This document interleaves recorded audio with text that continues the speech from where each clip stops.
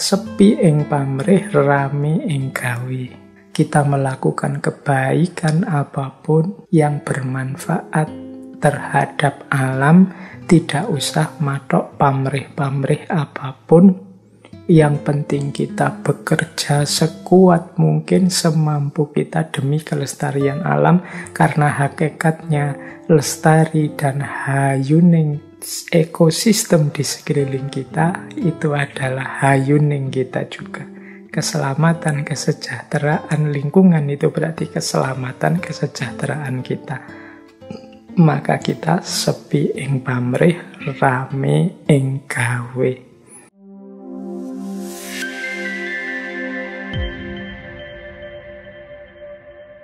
Nah, sekarang kita masuk ke strateginya. Strategi kita menjalankan memayu hayuning bawono itu bisa antara lain. Ini hanya antara lain ya, karena kalau sudah strategi itu kan mungkin setiap wilayah, setiap tempat beda-beda. Kalau ini level abstrak saja, secara ideal bisa melakukan namanya trino atau 3N. Trino itu apa saja? Yang pertama adalah niteni. Yang kedua niroake. Yang ketiga nambahi. Nah, jadi kalau ada yang tanya bagaimana caranya memayu hayuning bawono secara praktis, bisa dengan cara niteni, niroake, dan nambahi. Niteni itu mengingat-ingat. Mengingat-ingat itu berarti mengenali, memahami, dan mengingat-ingat. Di dalam budaya Jawa terkenal sekali namanya ilmu titen. Ilmu titen itu ilmu yang mengingat-ingat. Jadi dititeni. Oh, kalau memang ini dan itu variabel yang muncul, besok mesti muncul itu lagi. Ah, itu namanya niteni. Oh, kalau hawanya kayak gini, ini berarti sedang musimnya mau ganti ini. Nah, itu niteni. Orang Jawa punya banyak konsep, banyak teori yang dasarnya niteni ini. Ada misalnya yang luar biasa tentang pranoto mongso. Pranoto mongso itu pemahaman tentang musim. Ini nanti bisa dipakai oleh para petani. Kapan harus mulai tandur, kapan harus jangan nanam padi dulu, kapan hujan turun, kapan panas akan datang, itu pranoto mongso. Ditulis berdasarkan niteni. Kadang-kadang sampai hal-hal yang unik-unik, sampai detail. Misalnya sampai ilmu tentang firasat dari gejala-gejala tubuh kita. Misalnya itu ada kedutan misalnya. Oh, kalau kedutan maksudnya bagian tubuh yang bergetar. Kalau kedutan di mata kiri, isyarat apa? Kalau yang kedutan mata kanan, isyarat apa? Kalau yang kedutan telinga kanan, telinga kiri. Ada juga tentang tahi lalat. Kalau orang tahi lalatnya di sini berarti dia apa? Tahi lalatnya di situ dia apa? Yang lebih populer lagi termasuk hitung-hitungan. Ini kalau anak lahir hari apa, bulan apa, tanggal sekian, bulan sekian, itu cirinya ini. Kalau yang wetonnya sekian, cirinya begini. Nanti setelah dihitung-hitung, wah ini kalau anak lahir bulan ini tanggal ini, ketemu bulan ini tanggal ini, itu rasanya kok tidak cocok ya. Nanti wataknya berlawanan ini. Nanti tidak langgeng macam-macam. Itu ya semoga lah, setuju tidak setuju. Tapi ini sebagian dari ilmu titen. Ilmu titen itu mengamati dari gejala-gejala yang ada sebelumnya, kemudian dijadikan pemahaman untuk peristiwa-peristiwa selanjutnya. Nah, bisa, karena alam ini kan ada sunnatullahnya. Sunnatullah itu berarti ada pola-polanya. Orang Jawa masuk sampai detail itu yang dititeni sampean. Tapi yo teman-teman, bisa paling tidak dari aspek niteni ini kita ingat-ingat yo, untuk dalam skala-skala umum saja. Misalnya, oh kalau tanaman ini butuh matahari, kalau yang itu ndak butuh kena sinar matahari. Kalau kucingku yang ini makanan kesukaannya ini, kalau dikasih makanan ini dia malah muntah. Itu kan sederhananya begitu ilmu niteni itu. Jadi kita pahami, kita kenali karakter ekosistem di sekeliling kita. Itu namanya niteni. Setelah itu ada niroake. Niroake itu menirukan. Kalau niteni itu kita belajar keluar, kemudian kita ingat-ingat untuk ketepatan sikap kita terhadap apa yang terjadi dari apa yang kita pelajari tadi. Tapi kalau yang kedua ini niroake ini, kita tidak hanya belajar keluar, tapi juga belajar ke dalam tentang diri kita sendiri. Jadi niroake itu ya kita setelah ngerti ilmunya, memedomani, mengikuti, menirukan, mengambil pelajaran untuk diri kita sendiri. Itu namanya niroake. Jadi kan kita juga merupakan bagian dari alam semesta sekeliling kita. Maka kita juga bisa menirukan apa yang dilakukan oleh alam. Ada banyak pelajaran-pelajaran yang bisa kita ambil dari alam. Itu namanya niroake. Nanti ada banyak teori para bujangga misalnya. Kalau ada teori misalnya, teori namanya Astobroto. Teori Astobroto itu teori untuk para pemimpin. Ini nasihatnya Rama pada adiknya Bharata. Jadi pemimpin itu misalnya begini, ini niroake. Ikutilah seperti jalannya matahari. Karena matahari itu selalu memberi semangat dan daya dan kekuatan pada yang di bawahnya. Kalau kamu jadi pemimpin, jadilah pemimpin seperti bumi. Bumi itu selalu jadi tumpuan, selalu jadi sandaran, selalu memberikan apa yang dibutuhkan. Jadilah seperti bintang. Bintang itu berarti pemimpin yang bercita-cita tinggi, yang harus dicapai untuk menggapainya dengan susah payah, dengan tirakat. Jadilah seperti rembulan, memberi cahaya dalam kegelapan, memberi kesejukan, memberi kenyamanan.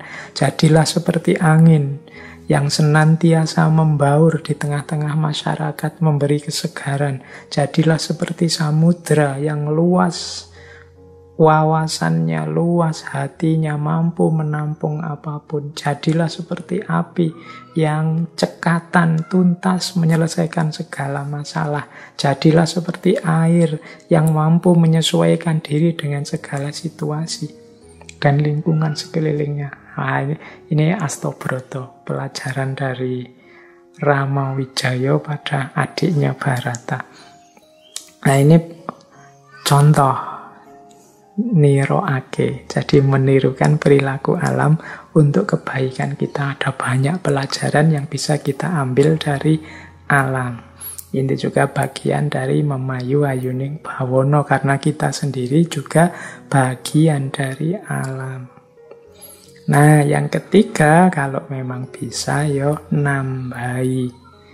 Nambahi ini memberi nilai tambah terhadap alam semesta. Inilah memayu ayuning bawono. Kehadiran kita menambah keindahannya. Alam semesta ini sudah indah, begitu kita ada di sana, keindahannya tambah tampak. Alam ini sudah rapi, kita hadir ke sana, tambah rapi, karena kita dengan akal budi kita ikut menyumbang menata kerapian-kerapiannya. Alam semesta ini sudah bermanfaat, tapi kehadiran kita membuat alam ini tambah manfaatnya berlebih-lebih dengan kemampuan kita mengelola apa yang ada di dalamnya. Nah, itulah memayu ayuning bawono. Jadi, bagaimana cara untuk kita mampu memayu ayuning bawono? Bisa dengan cara niteni atau niroake. Alhamdulillah kalau bisa nambahi. Baik, wah ini waktunya. sudah mepet. Mungkin sebenarnya masih bisa kita panjang-panjangkan lagi kalau memang bisa ditambah contoh-contoh bagaimana manusia Jawa bisa mengambil pelajaran dari simbol-simbol alam. Tadi kan ada penjelasan bahwa masyarakat Jawa itu di antara cirinya suka dengan simbolisme. Maka banyak sekali sebenarnya kalau dari serat, dari babat itu bagaimana segala yang ada di sekeliling kita dalam ekosistem kita itu bisa dijadikan pelajaran.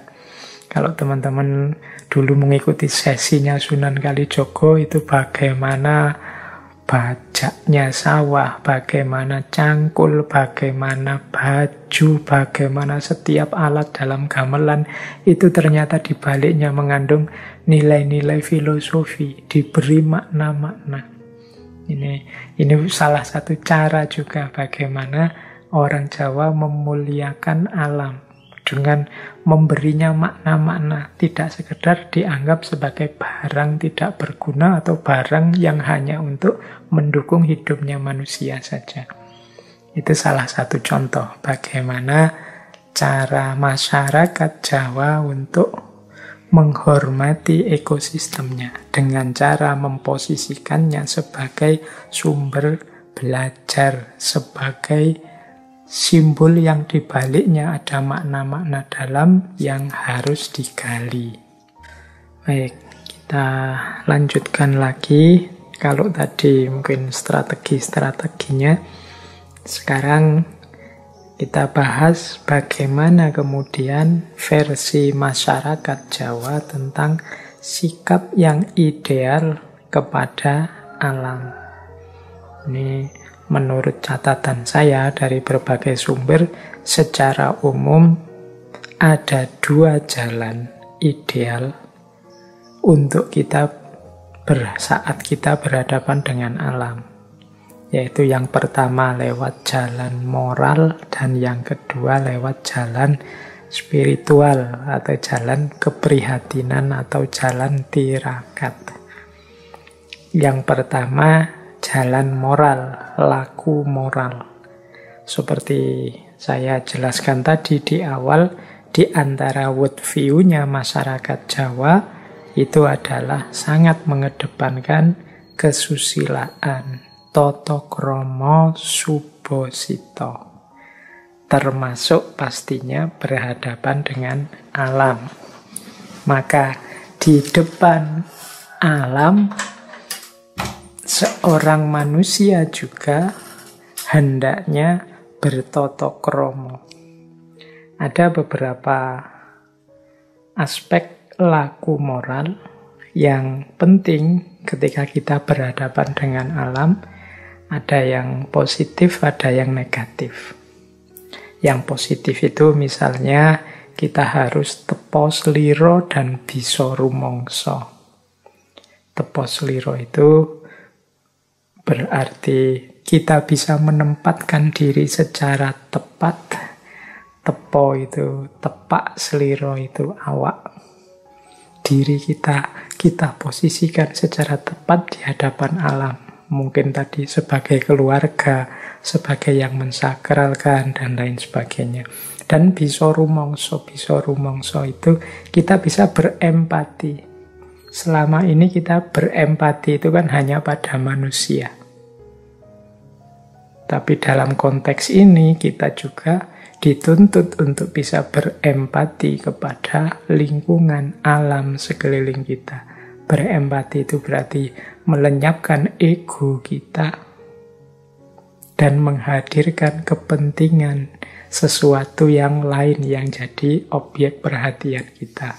Sama kayak kita jatuh cinta, itu kan ego kita tergusur dan yang masuk adalah kepentingan orang yang kita cintai.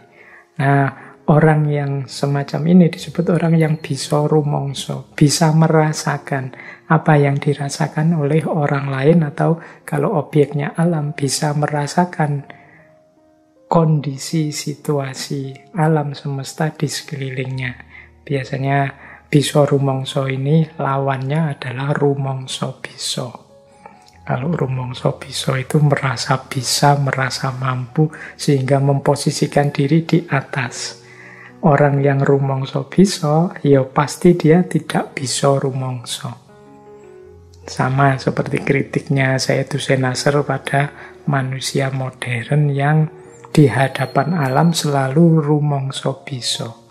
Tidak pernah bisa rumangsa, tidak bisa memahami situasi alam dari perspektif kepentingan alam, tidak dari perspektif kepentingan egoisnya. Yang kedua, sepi ing pamrih, rame ing gawe. Kita melakukan kebaikan apapun yang bermanfaat terhadap alam, tidak usah matok pamrih-pamrih apapun. Yang penting kita bekerja sekuat mungkin, semampu kita demi kelestarian alam, karena hakikatnya lestari dan hayuning ekosistem di sekeliling kita itu adalah hayuning kita juga. Keselamatan, kesejahteraan lingkungan itu berarti keselamatan, kesejahteraan kita. Maka kita sepi ing pamrih, rame ing gawe. Ndak usah mikir balasannya apa, imbalannya apa. Pasti balasan dan imbalnya, kebaikannya akan balik pada kita sendiri.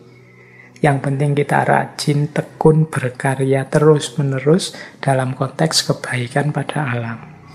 Yang ketiga, eling lan waspada. Kita senantiasa ingat dan waspada. Ingat kepada Tuhan, kepada hakikat kehadiran kita di muka bumi.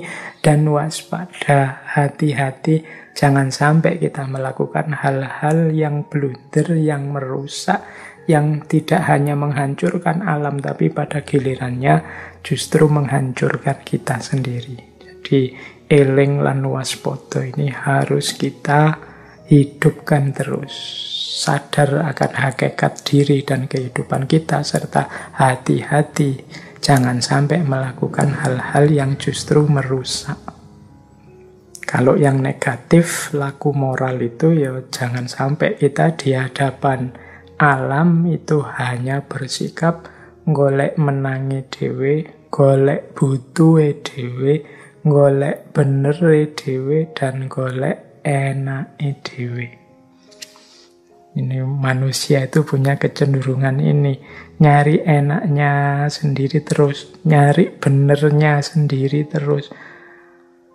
Hanya yang dipikir kebutuhannya sendiri terus, ingin menang terus.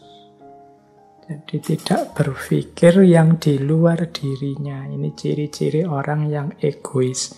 Hanya berpikir tentang dirinya sendiri. Jadi sikap ideal kepada alam yang pertama lewat jalan moral. Kita tidak hanya dituntut bermoral kepada manusia yang lain, kita juga harusnya berakhlak bermoral kepada alam lingkungan sekeliling kita. Yang kedua yaitu jalan tirakat atau prihatin. Ini kalau masyarakat Jawa terkenal sekali dengan istilah tirakat dan prihatin ini. Maksudnya apa sih tirakat dan prihatin itu? Kita mampu mengendalikan diri untuk memperoleh kebahagiaan yang lebih panjang dan lebih hakiki. Persis logikanya seperti orang puasa. Kita menahan lapar sebentar untuk memperoleh kenikmatan makan yang lebih dalam, lebih panjang, kebahagiaan makan yang lebih hakiki. Nah, tirakat juga begitu. Bukannya kita tidak makan itu karena tidak punya uang untuk makan. Punya, kalau memang boleh kita bisa makan sebanyak-banyaknya. Tapi kita milih tidak makan. Dalam rangka apa? Memperoleh kebahagiaan yang lebih panjang daripada sekedar kebahagiaan makan. Ini namanya prihatin. Nah, di hadapan alam juga begitu. Kita harus mampu prihatin dan tirakat. Berarti apa? Yuk kita mampu mengendalikan diri untuk tidak semena-mena mencari keinginan kita sendiri, mencari kenikmatan sesaat untuk diri kita sendiri, mencari kenyamanan egois versi kita sendiri, tapi kita berusaha menahan diri demi kenyamanan yang lebih panjang, kebahagiaan yang lebih hakiki, kenikmatan yang tidak hanya kita nikmati sendiri, tapi juga untuk semua nanti anak cucu kita sampai generasi keberapapun. Jadi itulah namanya laku prihatin. Kalau dalam budaya Jawa ada istilah topo ngerami. Topo ngerami itu kita prihatin meskipun di tengah keramaian, di tengah limpahan berbagai fasilitas. Kalau memang boleh kita bisa kok, kalau mandi itu menghabiskan 10 timbo atau 20 timbo, wong kita orang kaya. Kita bisa pakai air sepuas-puasnya, kita bisa nyewa kamar hotel kemudian menggunakan airnya sesuka-suka kita, wong hotelnya sudah kita bayar.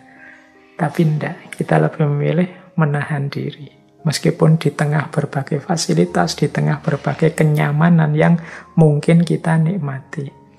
Jadi ini jalan kedua, berarti kalau mengikuti budaya Jawa ya, dalam hal penikmatan kita terhadap alam, dalam hal menuruti keinginan-keinginan egois kita di hadapan alam, hendaknya kita mau prihatin dan tirakat.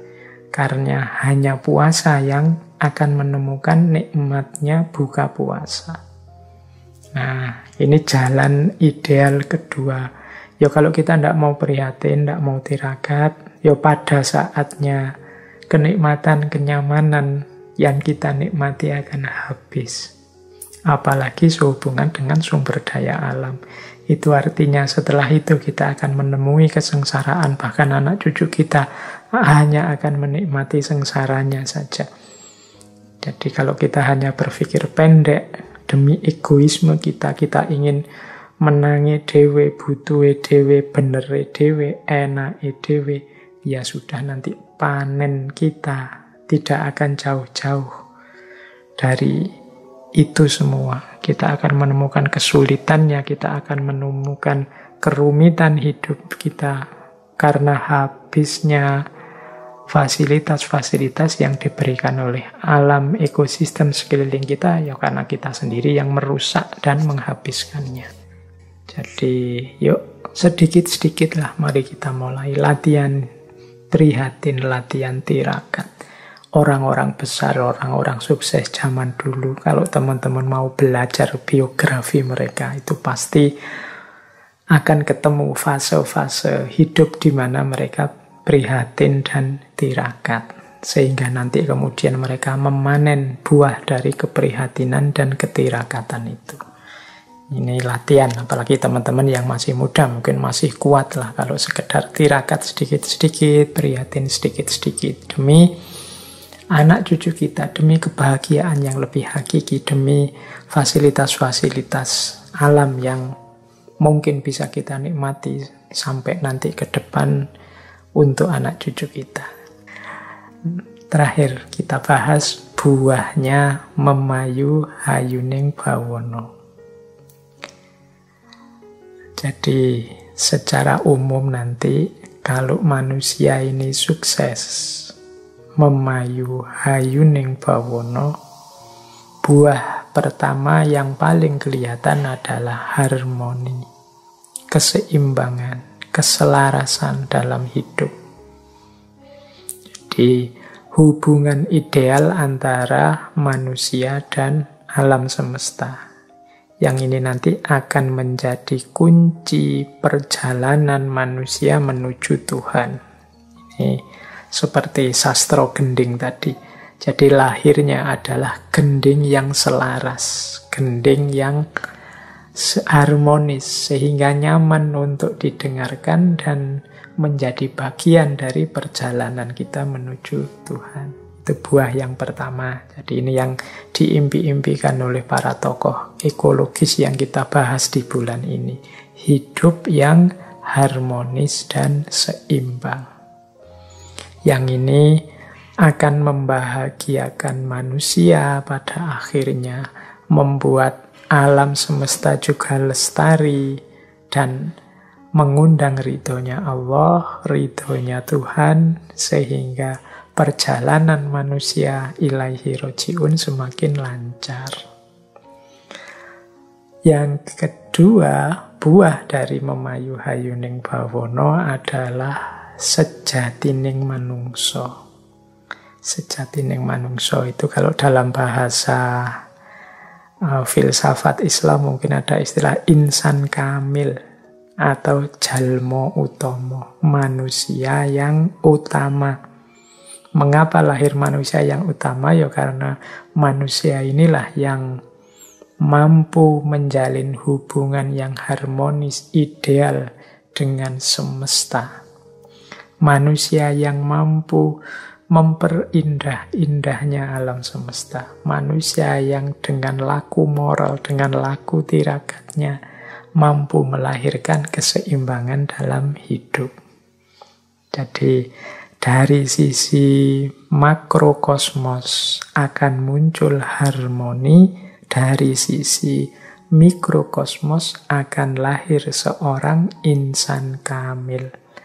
Ada beberapa sesi kita secara khusus membahas tentang insan kamil ini dari beberapa tokoh filsafat Islam seperti Ibnu Arabi maupun Muhammad Iqbal atau Ali Syariati. Nah, terakhir dari ranah ilahiyah, kesuksesan, keberhasilan seseorang memayu hayuning bawana merupakan manifestasi dari terjadinya manunggaling kawula Gusti. Manunggaling kawula Gusti di sini tidak harus diartikan terlalu rumit dan terlalu dalam konteks wah ini ajaran-ajaran sesat atau apa. Tapi mudahnya manunggaling kawula Gusti di sini diartikan adalah ketika bersatu kehendak Tuhan dan kehendak hamba. Jadi ketika manusia melakukan kehidup yang memayu hayuning bawana, ini kan berarti dia sedang menjalankan kehendak Tuhan. Memang tugasnya manusia di muka bumi sebagai khalifah itu antara lain ya melestarikan alam semesta, momong alam semesta, atau memayu hayuning bawana ini.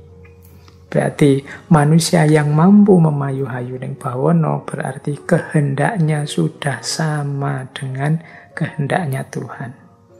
Sudah satu, sudah manunggal. Berarti dia hidup dengan kehendak Tuhan.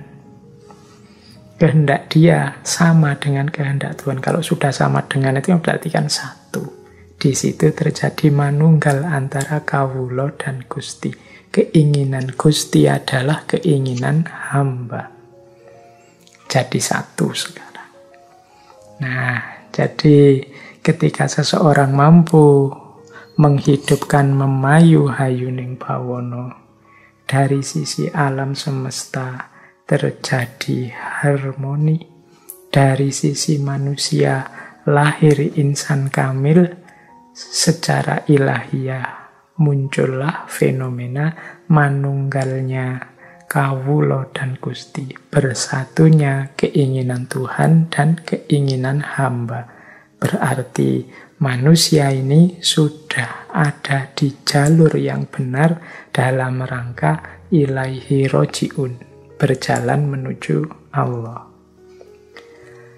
Baik teman-teman, semoga beberapa penjelasan tadi bisa sedikit-sedikit nambah wawasan kita tentang bagaimana itu memayu hayuning bawana. Ya mesti saja yang saya sampaikan ini ada yang tepat, ada yang mungkin sedikit-sedikit meleset, atau bahkan ada yang tidak cocok dengan teman-teman mungkin yang sudah menggali juga wawasan-wawasan dalam bidang yang sama.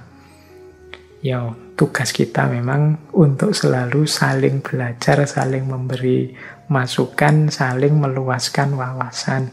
Semoga sedikit tambahan dari saya ini bisa nambah wawasan hidup ideal teman-teman. Apalagi untuk bulan ini, temanya menurut saya salah satu tema yang penting untuk hidup kita, yaitu tema bagaimana bersikap di hadapan alam.